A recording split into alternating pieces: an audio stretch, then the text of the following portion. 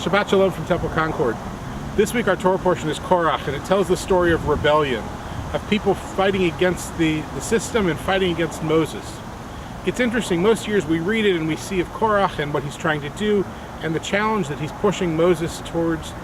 But this year, given what's going on in our national scene, Korach looks a little different. All of a sudden Korach doesn't look so bad, because when Korach rebels, he does it within the confines of the system. He brings respected people with him. He brings with him good arguments about what the problem is. And his behavior, though rebellious, isn't immature or demeaning. And that stands in a pretty stark contrast to what we're seeing in Washington, where it's more than just a rebellion, it's more than just a disagreement, it's a disagreeable way of behaving. And all of a sudden, Korach isn't such a bad character. Korach has an argument that can be made, a legitimate one, that sometimes we need to question how things are, but we need to do it as Korach does, in a respectful and responsible way.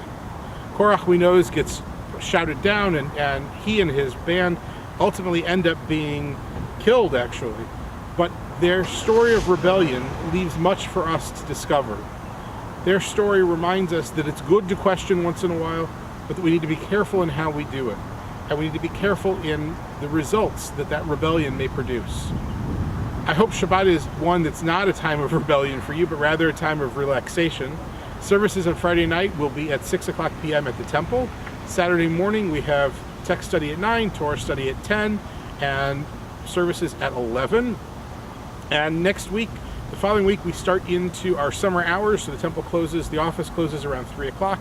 And next Friday night, the 30th, we'll join with two of the other congregations in town, Temple Adath and Congregation Beth Shalom, for a Hava Negrilla, a wonderful joint service on a Friday evening with a barbecue first. All of that will take place at Temple Adath.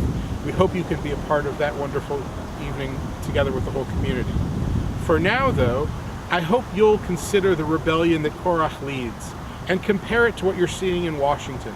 See how good, healthy rebellion can lead to betterment of society, and see how poor, immature, negative rebellion can lead to chaos and problems and difficulties. I think Korach has much to teach us this year, and I hope you'll spend some time studying. Shabbat Shalom for now. Look forward to seeing you at the temple.